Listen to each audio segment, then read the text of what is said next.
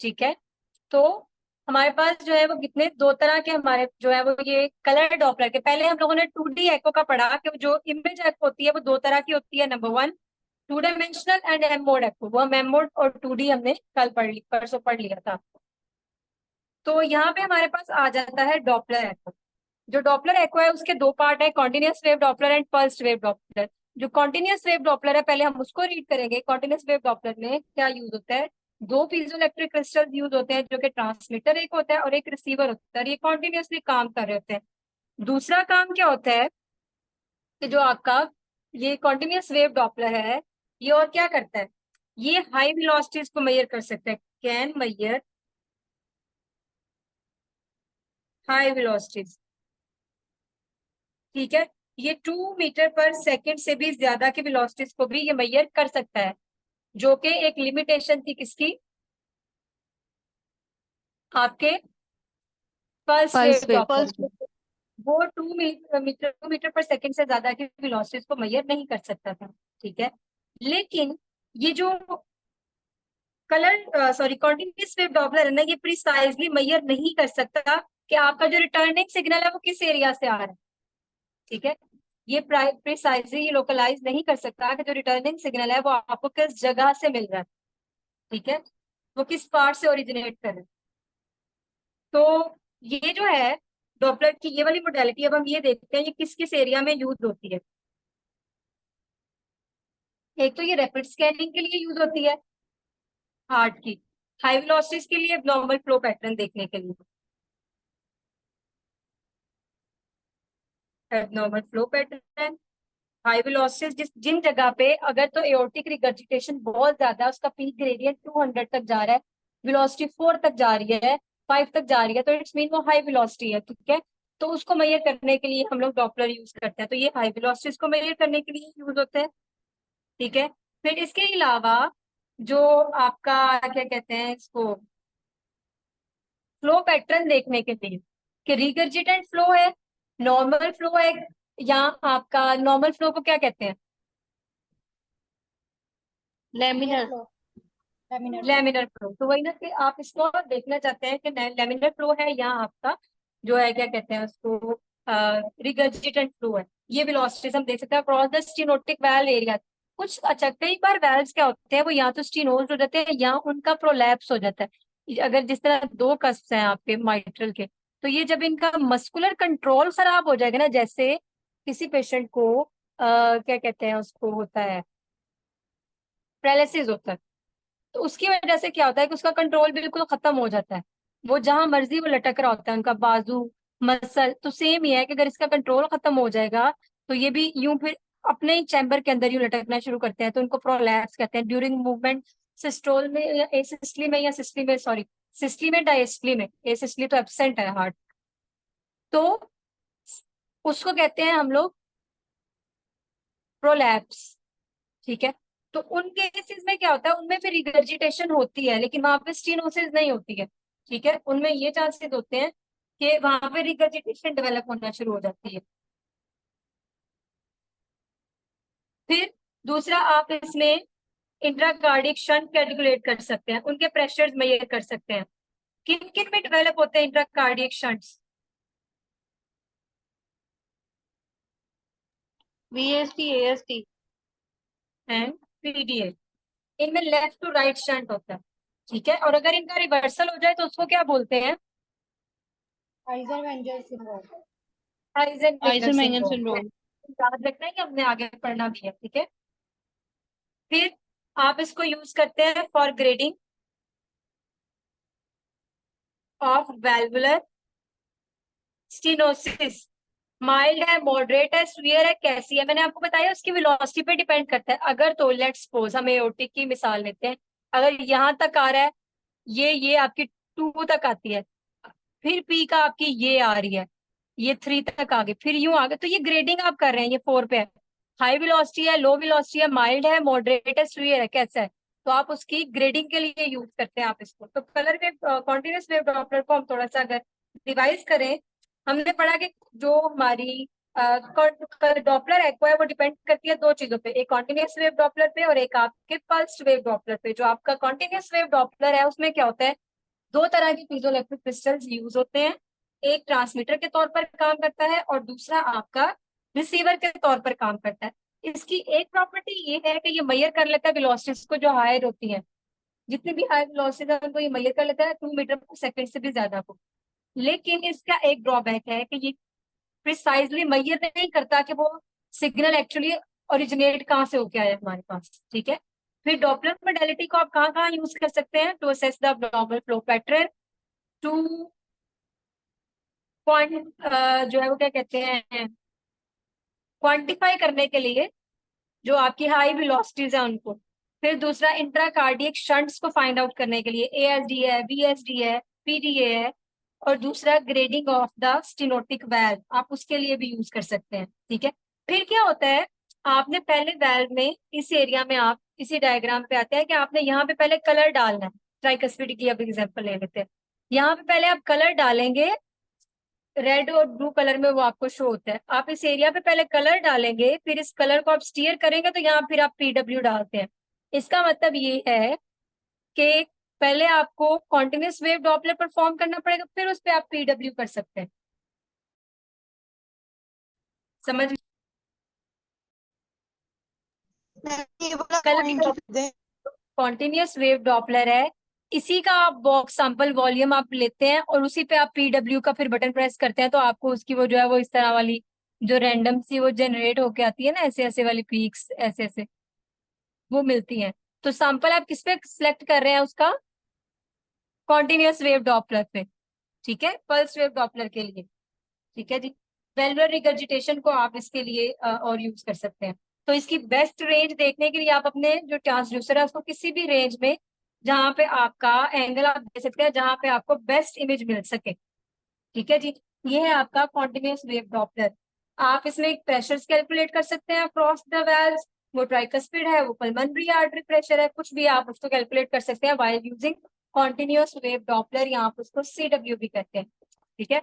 आज मैं आप लोगों को कोशिश करूंगी कि नेट से निकाल के ना डायग्राम इसकी एक दिखा दो मशीन की, जिसमें नोब्स उसके बने होते हैं ताकि पता हो बटन कौन कौन सा है। अच्छा जी, अगला हमारा है पल्स वेव डॉपलर। हाँ जी, क्या होता है पल्स वेव डॉपलर?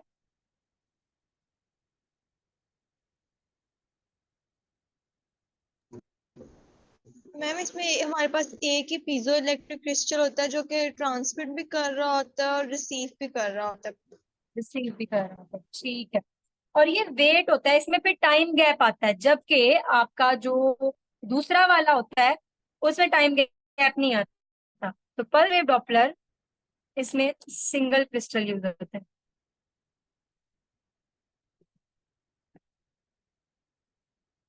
जो ट्रांसमीटर भी है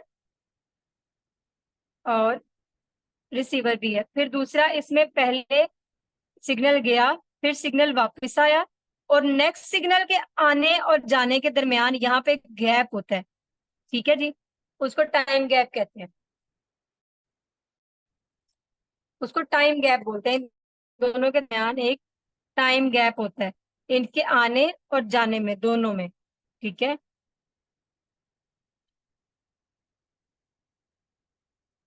क्योंकि इसमें एक इस गैप की वजह से, क्योंकि इनके दरमियान जो है वो एक गैप आता है, इस गैप की वजह से ये हायर वेलोसिटी को मेजर नहीं कर सकता, जो कि can not measure higher velocity than 2 metre पर सेकेंड, ठीक है। और फिर इसमें भी उसने एओटा की ही वो आपको ड्रॉ करके दिखाई हुई है, तो वो यूं होती है, इस तरह से कुछ बनता है इसका। और इसकी ये पीक वेलोसिटी यहाँ जहां तक ये मेजर कर सकता है वो 2 मीटर पर सेकेंड है, ठीक है। लेकिन इसके कुछ फायदे भी हैं, वो ये कि इसकी सबसे बेस्ट क्या होती है, स्पेक्ट्रल ट्रेसिंग इसकी बेस्ट होती है, यानी कि ये जो ट्रेस बनती है ये इसकी अच्छी होती है, ठीक है। फिर इसके अलावा आप इसके जरिए कार्डिक आउटपुट मेजर कर सकते हैं। कार्डिक आउटपुट कैसे मेजर कर सकते हैं, आप इसको एओर्टिक वाल्व पे प्लेस करते हैं, उसके आउटफ्लो का सिग्नल लेते हैं, ठीक है, कि एओर्टा से कितना प्रेशर निकल रहा है, ठीक है। तो आप इसके आउटफ्लो का सिग्नल लेते हैं और उसकी वजह से आप स्ट्रोक वॉल्यूम कैलकुलेट करते हैं। जब स्ट्रोक वॉल्यूम कैलकुलेट हो जाता है तो आपके पास आपका कार्डिक आउटपुट आ जाती है। वो फॉर्मूलाज हैं आगे, आई थिंक सो लिखे होंगे, हम उनको भी रीड करेंगे, ठीक है। तो इसकी स्पेक्ट्रल ट्रेसिंग अच्छी होती है, ये कार्डिक आउटपुट को मेजर करने के लिए यूज होता है, ठीक है। फिर इससे आप माइट्रल का इनफ्लो देख सकते हैं, जो मैंने आपको बार बार जिक्र करती हूँ ना, कि हम इससे जो है वो डायस्टोलिक डिसफंक्शन देख सकते हैं। तो वो कुछ इस तरह का इमेज देता है हमें, ऐसे। तो वो यूं बनता है, ई प्राइम यूं और यूं, ये ई और ये ए। ये मार्केट की ट्रेस हमेशा एम जैसी बनती है, ई बड़ी होती है, ए छोटी होती है। ये नॉर्मल पैटर्न है। मोस्टली क्या होता है, जब एज बढ़ जाती है तो ये पैटर्न यूं हो जाता है, ई और ए इक्वल हो जाता है। तो हम इसको मार्क कर देते हैं ग्रेड 1, ग्रेड 1 डायस्टोलिक डिसफंक्शन। तो जब आप जो है एको की रिपोर्ट देखें और उसके ऊपर आप ग्रेड 1 देखें तो आपके जहन में ये आना चाहिए कि ये माइट्रल वाल्व का पैटर्न है, ठीक है। कार्डिक आउटपुट कैसे देखते हैं, स्ट्रोक वॉल्यूम कैलकुलेट करते हैं। जब हम ये जो एओर्टा होता है, यूं, इस एओर्टा के इनफ्लो पे हम रखते हैं, यहाँ पे हम कर्सर रख के तो इसका कलर फ्लो, ये पल्स रेट डॉपलर डालते हैं और उसका यूं हमारे पास ये वाली ऐसी एक बनती है, पीक बनती है। फिर वहां से हम कैलकुलेट कर सकते हैं कि इसका कितना वॉल्यूम कितना बनता है, ठीक है। तो ये ग्रेड 1 होता है। तो हम इससे माइट्रल की इनफ्लो वेलोसिटी और एओर्टिक की आउटफ्लो वेलोसिटी, ये एओर्टिक की आउटफ्लो वेलोसिटी होती है ना। कार्डिक आउटपुट क्या होती है, जितना आपका एओर्टा में एलवी कुछ डाल रहा होता है, ठीक है। तो एओर्टिक आउटफ्लो, जितना एओर्टा से आगे जा रहा होता है बॉडी में, तो एओर्टा की आउटफ्लो वेलोसिटी और माइट्रल की इनफ्लो सिग्नल। तो उससे आप क्या देख सकते हैं, लेफ्ट वेंट्रिकुलर, ये क्या है, डायस्टोलिक फंक्शन। कि डायस्टोल में कैसा है हमारा एलवी। मैम ये जो आपने भी ग्राफ बनाया ग्रेड 1 वाला, ये वाला समझा देंगे, समझ आया। ये क्या है, ये मैंने बताया कि नॉर्मल जो आपका एलवी का पैटर्न होता है वो ये है, ये नॉर्मल पैटर्न होता है। मैंने आपको बताया कि जो एलवी, आपको याद होगा हमने जो ये डायग्राम, वहां पे भी एम शेप बनाया था हमने, पीछे जो डायग्राम थी, ठीक है, उसमें भी एम शेप थी, कि जो माइटल की शेप होती है वो एम शेप ही रहती है। तो यहाँ पे जब आपने पल्स वेव ड्रॉपलेट डाला तो उसकी कुछ ऐसी डायग्राम बनेगी है, और ये ए है। नॉर्मली ई बड़ी होती है, ए छोटी होती है। अगर ये दोनों के दोनों इक्वल हो जाएं तो उसको हम कह देते हैं ग्रेड 1 डायस्टोलिक डिसफंक्शन। इसका मतलब है आपके हार्ट की जो कॉन्ट्रेक्टिलिटी है वो मुतासिर हो रही है, ठीक है, मैम ई और ए किसको उसमें डिनोट प्रॉब्लम आ कर रहा रही है है। इस वक्त, मतलब ई स्टैंड्स फॉर। ये जब हम लोग आगे, ये जब हम आगे जो है वो एलवी के पूरी स्ट्रक्चर्स पढ़ेंगे तो उसमें हमने साथ 1 बाय 1 इनको डिस्कस भी करना है, डायस्टोलिक डिसफंक्शन को और इनको, ठीक है। इसकी बात वहां करेंगे।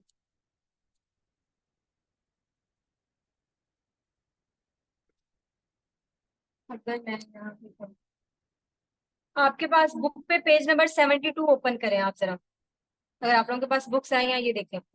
This is E and this is A. Normal pattern is E and A, E बड़ी है, ए छोटी है। अगर ये इस तरह रिवर्सल हो जाए तो इसको हम कहते हैं, इसको भी हम ग्रेड 1 बोलते हैं। इक्वल भी अगर आ रहा है ना तो उसको भी आप ग्रेड 1 में डाल देते हैं, लेकिन अगर एज के अकॉर्डिंग है तो हम उसको कह देते हैं ये नॉर्मल पैटर्न जा रहा है, 60-65 है और इक्वल आ रही है पीक्स, तो हम उसको नॉर्मल में जाने देते हैं। लेकिन अगर रिवर्सल हो जाए, ई छोटी हो जाए, ए बड़ी हो जाए, तो वो आपका क्या बनता है, स्लो रिलैक्सेशन पैटर्न। नॉर्मल जो है वो ए ग्रेटर देन होती है ए के, और slow relaxation pattern grade 1 diastolic dysfunction इसको कहते हैं, ठीक है। फिर सी वाला पैटर्न जो उसमें ई की पीक बहुत लंबी चली जाती है तो वो ग्रेड 2 या ग्रेड 3 में आप उसको डाल देते हैं, ठीक है। ई क्या शो करती है, पैसिवली अर्ली डायस्ट्रोल एलवी की फिलिंग को, और जो ए वे है वो एक्टिव लेट डायस्ट्रोल। ये आपकी शो करती है पैसिव फिलिंग को एलवी की, और ये आपकी एक्टिव फिलिंग को एलवी कैविटी, ठीक है। तो हम अब इससे क्या क्या हमने इसका यूज क्या क्या है, स्पेक्ट्रल ट्रेसिंग इसकी बेस्ट होती है, कार्डियक आउटपुट, यहाँ आप क्या लें, एओर्टा का आउटफ्लो सिग्नल, माइट्रल का इनफ्लो सिग्नल। फिर दूसरा, इससे भी हम नॉर्मल फ्लो पैटर्न देख सकते हैं, जो कलर डॉपलर में किए होते हैं ना, या कॉर्डिनेट वेवलेंथ, तो आप उसको इसके जरिए भी मेजर कर सकते हैं थोड़ा सा, अगर उनकी लॉसेस के अंदर आ रहे हैं।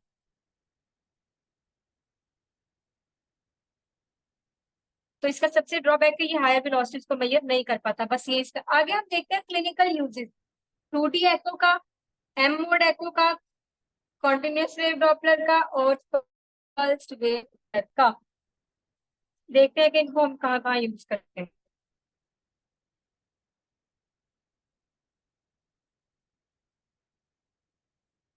मैम जो स्पेक्ट्रल ट्रेसिंग जी। होती है वो हम इसको ग्राफ के मैं फॉर्म में आपको जो अभी ना बनाते हैं पल्स्ड उसको वेव डॉपलर, नहीं, स्पेक्ट्रल ट्रेसिंग जो होती है ना, मैं आपको अभी पल्स वेव डॉपलर की जब दिखाऊंगी ना, ये स्पेक्ट्रल ट्रेसिंग है आपकी, ये जो एओर्टा की वो बन रही है, इसमें यूं बनता है ना, ऐसे ऐसे ट्रेस की फॉर्म में। अच्छा जी, क्लिनिकल एप्लीकेशन अब हम देख रहे हैं 2D एको की, एम मोड की, और इसके अलावा PW एंड CW, कि हम इनको कहाँ कहाँ और कैसे कैसे यूज कर सकते हैं। थोड़ा सा पेज हटता है। ओके, सबसे पहले हम देख लेते हैं 2D एम मोड, ये हमने साथ साथ भी बात की है। PW आप लोग वन बाय वन जहन में लेके आए। 2D हम किस किस के लिए यूज करते हैं? Number 1 anatomy of heart. Anatomy, number 2 movement, motion देखने के लिए कि हमारी जो वेल्व्स हैं उनकी मूवमेंट कैसी हो रही है, ठीक है। फिर और मैस, इंट्राकार्डियक मैस, फिर पेरिकार्डियल एफ्यूजन। ये जो है ये हम विजुअली देख सकते हैं, क्वांटिफाई तो हम बाद में करेंगे ना मोड पे। हार्ट के इर्द गिर्द जो पानी इकट्ठा हो जाता है उसको कहते हैं पेरिकार्डियल इफ्यूजन। फिर आप क्या देख सकते हैं? Wall thickness. ये ना बच्चों, ये इंपॉर्टेंट SCQ है, यूजेस पूछ लेते होते हैं। तो 2D एको आप यूज करते हैं एनाटॉमिक के लिए, मूवमेंट देखने के लिए हार्ट की, फिर इंटरकार्डिक मैसेज देखने के लिए, पेरिकार्डियल फ्यूजन देखने के लिए, वॉल थिकनेस देखने के लिए। मतलब ये विजुअल आप जो देख सकते हैं वो 2D एको पे आपने देखना है, वॉल थिकनेस आप देख सकते हैं। फिर और इसके अलावा आप इसके ऊपर पोजिशन कर सकते हैं एम मोड एको की, जैसे हमने इमेज को स्टीयर किया था और उस पर हमने एम मोड एक स्कैन लाइन प्लेस की थी, ठीक है। फिर दूसरा आप आर्किटेक्ट देख सकते हैं, लीफलेट्स का वैल्व लीफलेट्स देख सकते हैं for position of M mode, ठीक है जी। अब आगे एम मैम मोड कब मतलब बताया कैसे यूज करते हैं? हाँ मैम जी कैसे बोलिए। हम पल्स वेव को कॉन्टिन्यूस वेव के ऊपर पोजीशन करते हैं वैसे ही हम मोड को 2D के ऊपर पोजीशन यस करेंगे। यस यस यस, ऐसे करते हैं। एम मोड एको किस लिए यूज होती है? कैविटी साइज मेजर करने के लिए। याद करें हमने एम मोड से क्या क्या मेजर किया था? Cavity size, well structure, well की मेजरमेंट्स ली थी हमने, कितना कितना उसकी थिकनेस कितनी है, मसल मास कितना है टोटल। फिर हमने वेल्व की एक्सक्लूशन देखी थी। एक्सक्लूशन का मतलब है कि उनकी मूवमेंट कैसी है लीफलेट्स की, तो ये वेल्व मूवमेंट में ही आ जाता है।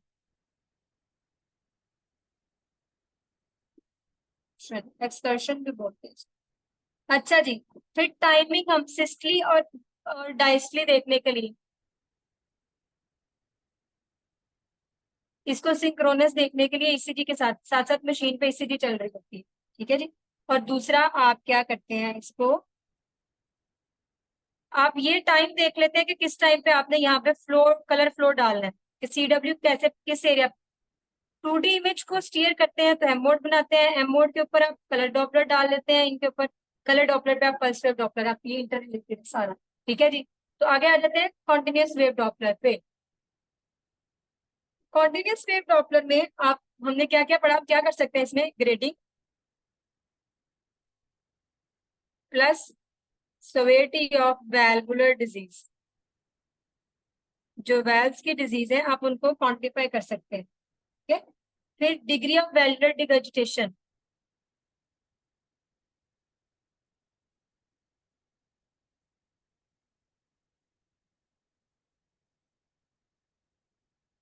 और और हम CW किस लिए यूज कर रहे थे बच्चों? फॉर हाई वेलोसिटीज, ये हाई वेलोसिटीज को भी मेजर कर सकते हैं। अब आ जाते हैं पल्स वेव डॉपलर पे। सबसे पहले आ गया माइट्रल का, क्या फाइंड आउट कर सकते हैं हम इसमें? इनफ्लो, जिसको क्या बोलते हैं? Diastolic dysfunction. नंबर 2 आप इसको यूज कर सकते हैं और की ऑर्फिस फाइंड आउट करने के लिए ऑफ स्टेनोटिक वेल। क्या एरिया है, लेट्स सपोज कि आपका ये एओर्टिक है, शॉर्ट एक्सिस पे आप रख के यूं है, कुछ ऐसे बनता है इसका 3 का, तो आप इसका एरिया यहाँ से फाइंड आउट कर सकते हैं। ठीक है जी। तो स्टेनोटिक वेल का आप ऑफिस में ये कर सकते हैं। फिर आप जो कलर फ्लो आपने इस पे पिक किया होता है आप उसको इस पे देख सकते हैं। ठीक है, स्ट्रोक वॉल्यूम और कार्डियक आउटपुट भी आप इस पे मेजर कर सकते हैं, जो हमने पीछे पढ़ा सारा वही कार्डियक आउटपुट। ठीक है जी। तो ये था हमारा आज का टॉपिक। अभी हमारा सेकंड चैप्टर भी खत्म हो गया, कल इंशाल्लाह आपका सेकंड चैप्टर का टेस्ट होगा। ओके।